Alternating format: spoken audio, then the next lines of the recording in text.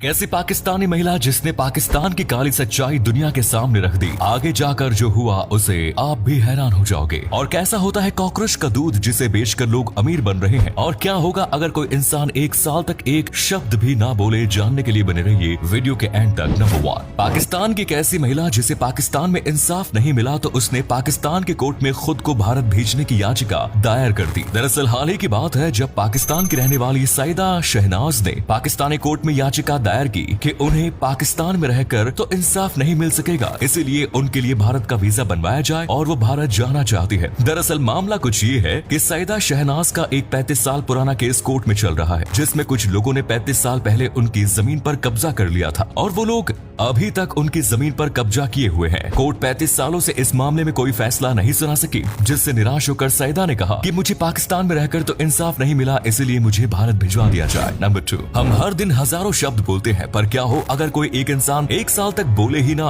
क्या वो बोलना भूल जाएगा या फिर वो बिल्कुल भी नहीं बोल पाएगा? चलिए जानते हैं। दरअसल एक इंसान आमतौर पर दिन में 7000 वर्ड्स बोलता है और अचानक से इतने वर्ड्स बोलना कोई इंसान रोक दे तो उसके लिए काफी ज्यादा दिक्कत होगी। हमारे शरीर की एक खासियत होती है कि हम अपने शरीर के जिस अंग का ज्यादा इस्तेमाल करते हैं वो उतना ही ज्यादा विकसित होता है, लेकिन अगर हम किसी अंग का इस्तेमाल करना बंद कर दे तो वो विकसित होना बंद हो जाएगा। अगर किसी ने एक साल तक बोलना बंद कर दिया तो वो इंसान डिप्रेशन में चला जाएगा और जब वो बाद में बोलेगा तो उसको बोलने में काफी ज्यादा तकलीफ होगी और सही से बात नहीं कर पाएगा। नंबर 3, दोस्तों शार्क के हमले में आज तक बहुत लोगों ने अपनी जान गंवाई है और शार्क के बारे में हम लोगों को तो मालूम है कि शार्क कितनी खतरनाक होती है, जो एक बार अपने साथ पकड़ कर ले गई तो दोबारा बाहर नहीं निकलने देती। पर 2001 में एक ऐसी घटना सामने आई जिसके बारे में सुनकर आप दंग रह जाएंगे। बात ये है कि एक जैसी नाम का लड़का समुद्र में तैर रहा था और अचानक से उस छोटे से लड़के के ऊपर एक शार्क ने हमला कर दिया। वो चिल्लाने लगा, तभी अचानक उसके अंकल ने उसको देखा और वो उसको बचाने के लिए समुद्र में कूद गए और उस शार्क से उस लड़के को बचा लिया। लेकिन आगे जो हुआ उसके बारे में सुनकर आपके भी होश उड़ जाएंगे। दरअसल उस लड़के का हाथ शार्क के मुंह में ही था और उसके अंकल जल्दी से जाकर उस शार्क से लड़ने लगे। तब तक लड़ते रहे जब तक उस शार्क के मुंह से अपने भतीजे का हाथ नहीं निकाल पाए। फिर उस शार्क के मुंह में से अपने भतीजे का हाथ निकालकर उसे हॉस्पिटल भेज दिया और उस लड़के ने अपने अंकल की वजह से अपने हाथ को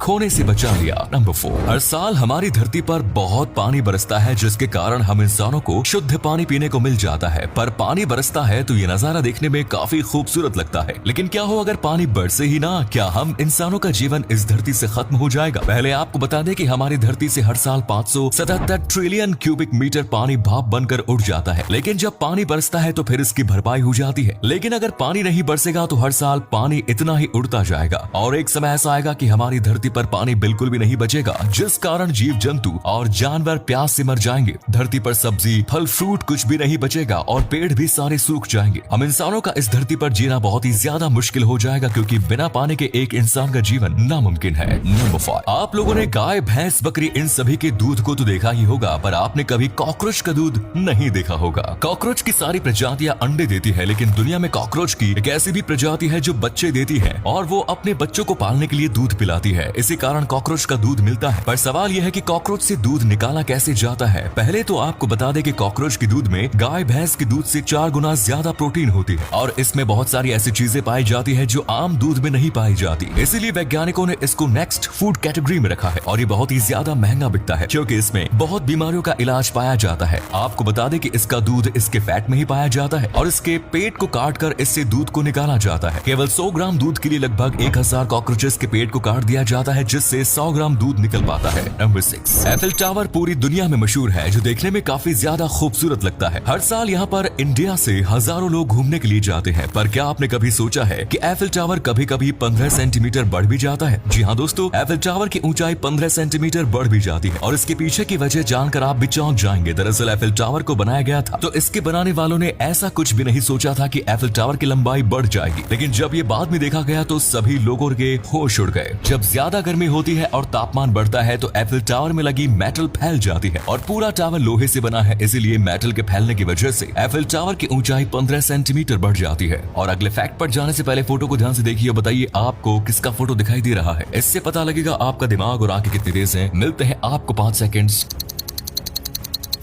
नंबर 7, आपने बचपन में अलादीन की कहानियां तो बहुत सुनी होंगी, जिसके पास एक चिराग होता था और उसमें एक जिन पर। क्या आप जानते हैं कि अलादीन को वो चिराग कहां से मिला? कहानियों के अनुसार हजारों साल पहले अरब के रेगिस्तान में एक हुकूमत हुआ करती थी और वहाँ पर एक अलादीन नाम का लड़का रहता था। वो अपने पिता की दुकान पर काम करता था, लेकिन एक दिन अलादीन की दुकान पर एक जादूगर आता है और वो उसको खजाने की लालच देकर अपने साथ लेकर आता है और साथ लेकर वो गुफा के पास रुक जाता है। जादूगर ने कहा कि इस गुफा के नीचे एक चिराग रखा हुआ है और वो बहुत खजाना भी है। चिराग तुम लाकर हमको दे देना और खजाना जितना भी हो तुम ले लेना, क्योंकि उस गुफा के अंदर एक नेक दिल इंसान ही जा सकता है। और फिर जब जैसे ही अलादीन अंदर गया तो उसके अंदर खजाने को देखकर वो एक एक चीज देखने लगा, क्योंकि अंदर बहुत खजाना था। और ऐसे करते हुए काफी ज्यादा टाइम हो गया। जादूगर सोचने लगा कि वो मर गया, इसीलिए जादूगर ने गुफा का दरवाजा अपने जादू से बंद कर दिया। और जब अलादीन आया तो बंद दरवाजा देखकर वो घबरा गया। काफी देर हो गई, उसके बाद उसने चिराग को साफ किया, लेकिन अचानक उसमें से जिन निकल कर आया और वहीं पर से अलादीन को जिन मिला और उसी की मदद से वो बाहर आया। नंबर 8, जापान के शिकोफू आइलैंड पर एक नागोरो